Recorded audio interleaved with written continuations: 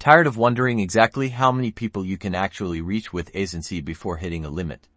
Let's break down Aisensy's replay capabilities and ensure your WhatsApp marketing stays smooth and effective. First, the big picture. Aisensy, like most WhatsApp automation tools, operates with limitations, and these usually depend on the subscription plan you've chosen. Each plan dictates the number of contacts you can message in a given timeframe, €, often monthly.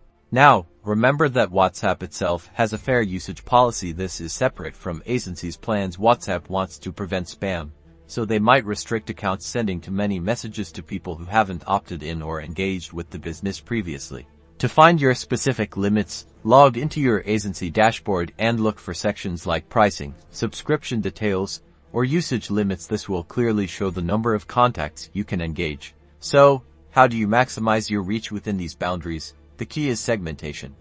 Focus your messages on engaged users who've already shown interest. This reduces the risk of triggering WhatsApp spam filters. By understanding both your Aisensy plan limits and WhatsApp's fair usage policy, you can strategize effectively, avoid service disruptions, and get the most out of your WhatsApp marketing efforts.